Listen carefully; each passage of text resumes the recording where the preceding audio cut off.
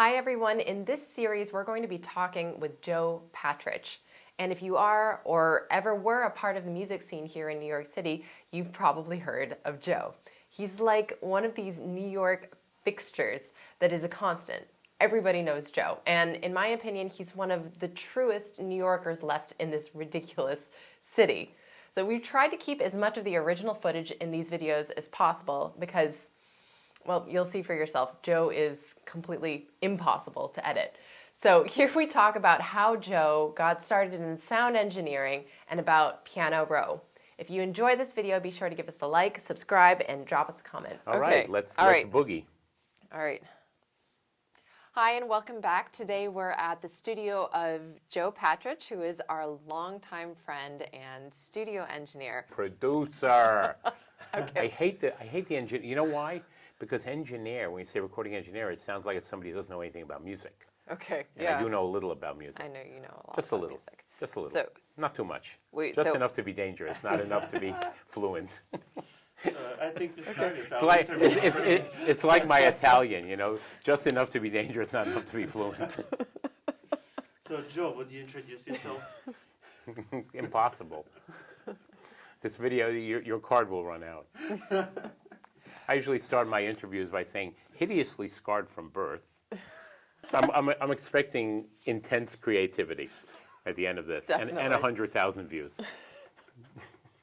Okay, you all heard that. We're expecting 100,000 views from this video. So, Joe, introduce yourself. Introduce properly. myself. Hi, I'm Joe. I go by Patrych, too. I'm a recording producer. I've been working in this industry, so to speak, for, I don't know, I guess close to 40 years. I used to do radio, and then I opened a studio 34 years ago. Yesterday, as a matter of fact, I just realized this morning. And so, you know, that's what I do. And I guess I know a little bit about piano, too. He knows a lot about the piano. How did you get started as a recording producer? Well, that's an interesting story because I got interested. I wasn't even really interested in music until I was about 17 because I took piano lessons like every Jewish immigrant kid, although I'm not an immigrant, my parents were. Where are you from? They're from Poland. From They were from Poland, yeah. Okay. Oh. So, you know, every Jewish immigrant family had their kids take piano lessons, either piano or violin. That's why there's so many bad pianists and bad violinists out there. And then did you ever take chess lessons too? I learned chess on my own, actually, but that could have happened. Because that's the other must. That's true. Yeah. That's true. But no, I took piano lessons, but I was never really interested in music, and then somehow I got interested in music when I was 17. And what I got interested in was American pop music. But that morphed very quickly into more progressive rock and then jazz. And finally, when I was about 19, I started really getting into classical, and I started voraciously listening. And at that point, I picked up my practicing, too. So I was actually practicing for the only time in my life, seriously, at that point.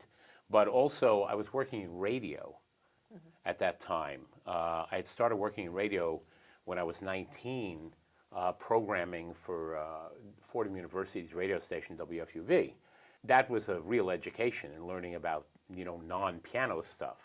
I learned a lot about orchestral stuff just from programming it. And then we were offered, a friend of mine and I were offered to do a show there, which turned into Concert Grand, which I did for 17 years. With my pal Bruce Posner, we did about 800 shows in that time period. Never repeated a program, and that was an enormous education. But from the production side of having to produce a radio show, the editing and doing interviews and putting the whole thing together, I got very interested in the whole recording, you know, technological thing. And that's kind of turned into starting to do recordings on my own. And then finally, you know, I converted the front room of the top floor of my family home into a studio, which is where we're sitting right now. This is the house you grew up in. This is the house I grew up in. People love that. I didn't know that. Clearly, I don't like moving. You know, it's good to be a homeowner. I have to worry about the neighbors. The bane of every musician are the neighbors, by the way. Oh my God. So here's a tip for all of you out there. If you're going to find a place to live in Manhattan, don't pick a building that's less than 80 years old. because the walls are about as thick as the curtains behind me.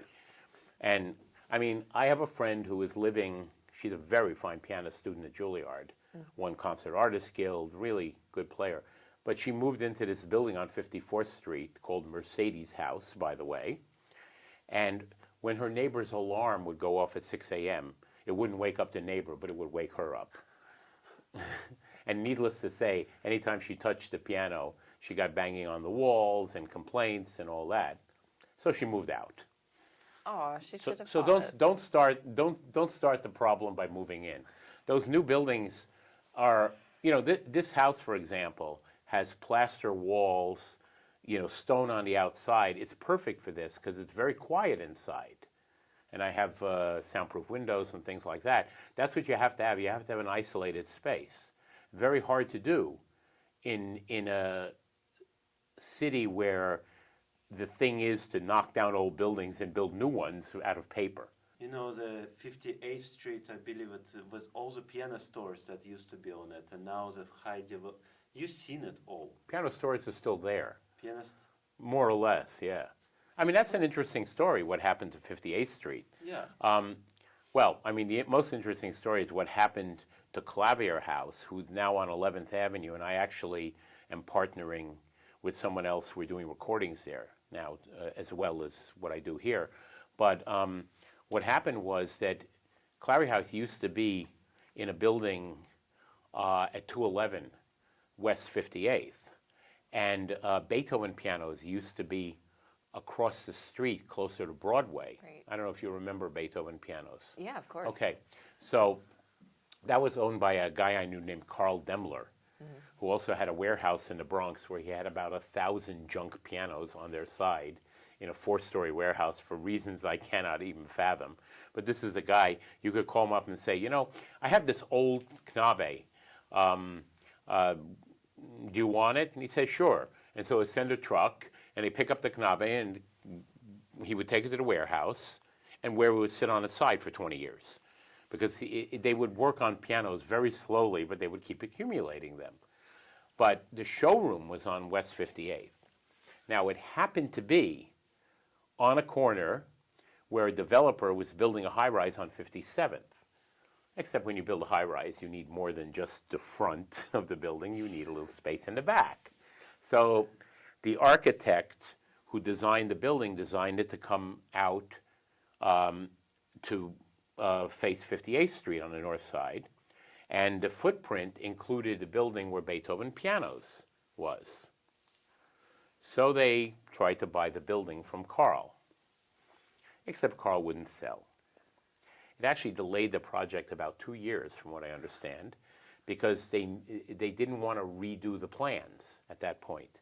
I don't know what imbecile started the plan without them already owning the building, but that's a different matter. Anyway, they kept offering him more and more and more money, because here there's a multi-billion-dollar project, and it's being held up by this building that was basically something like 18 by 50 or whatever it was, you know, little building, where he had the showroom for Beethoven pianos. So finally, and this was, I'm going to say this was about 12 years ago, finally, they offered him enough money for his shacky building, $25 million. Because he held out. I think they originally offered him like $6 million, and he held out. They kept raising the offer, and he kept saying, no, I'm just going to stay here and raise it. Finally, they got to $25 million. So he said, okay, I'll take it. He then turned around, spent $6 million, bought the building at 211 West 58th, and kicked Clavier House out and moved Beethoven Pianos there. That's why Beethoven Pianos is there. Now, Carl has since passed away, and his daughter is running the business. Clavier House had to move to 11th Avenue, which is where they are right now. And why did we get on this subject? Oh, because we were talking about 58th Street. So it used to be, at the time, that you had Beethoven Pianos, Clavier House, Faust Harrison, and then there was another store of some kind. Steinway was there, too. Huh? Steinway was there, too. Steinway was never on 58th. Steinway was always on 57th. Okay, 57th. But the back entrance of Steinway was on 58th. Okay, all right. Then there was another piano store that split off from Faust Harrison. I don't really know the story there, but apparently one of the children of Faust, of Sarah and Irving Faust, started their own piano store on 58th Street. So, but yes, that's Piano Row, and of course 57th had Steinway, but they left that area when the plans were put in place to build that Needle building in 111 West 57th, which, by the way, architecturally is very interesting. It has the smallest footprint of any skyscraper in the world. It's only 60 feet wide, and it's 90 stories. Oh. I happened to talk to one of the structural engineers about the difficulties of that, and she basically told me that they built an extra deep foundation, and they have an 800-ton counterweight on the top of the building to keep it from swaying. Oh my God. Interesting, right? Anyway, so Steinway moved down to 43rd, which is where they are now. And all the other piano stores no longer have stores, like Baldwin. Baldwin used to have a store. Oh, yes, this is many, many years ago. Many years ago, in the 80s, actually. I think it was actually also on 58th Street, if I remember correctly. So, anyway, that's the history of 58th Street. New York has changed a lot, even the 20 years I've been here. It's already so many changes. Just, I remember you walk on the 58th Street, you see all of these great pianists, go to Chida, Kiss, and you could run into them at the same day. Oh, yeah. Yeah. I mean, same thing was at Steinway on 57th. I mean, I would go down to the basement. I'd never know who I'd run into there. You know, it was always somebody trying out pianos for a Carnegie concert, whatever. You know, it was a charming time. Yeah. And, you know, it's the new Steinway on 43rd is much more corporate looking. And if anybody is old enough to remember the Steinway Rotunda, it was one of the most phenomenal visually places you could ever see when you walk into a piano store.